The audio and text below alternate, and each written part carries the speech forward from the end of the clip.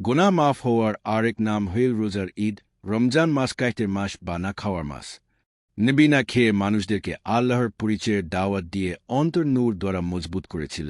নবী এক মাস না খেয়ে প্রতিদিন একবার সন্ধ্যায় অল্প খাবার খেয়ে আল্লাহর পরিচয়ের দাওয়াত দিয়ে বেশি চেয়ে বেশি কাস্ট করে অন্তর শক্তিশালী করেছিল।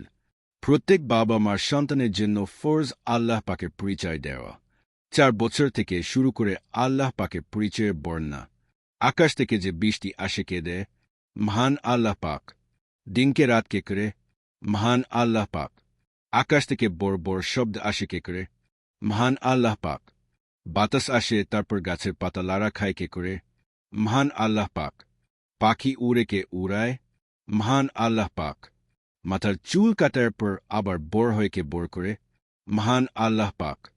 2 চোখ দিয়া দেখি কে দেখায়? মহান আল্লাহ পাক। নাক দিয়া শ্বাস নেই কে নেড়ায়? মহান আল্লাহ পাক। খাবার খাওয়ার পর পেটের ভিতর হজম হয় কে করে? মহান আল্লাহ পাক। নেক কাটার পর আবার বড় হয় কে করে? মহান আল্লাহ পাক।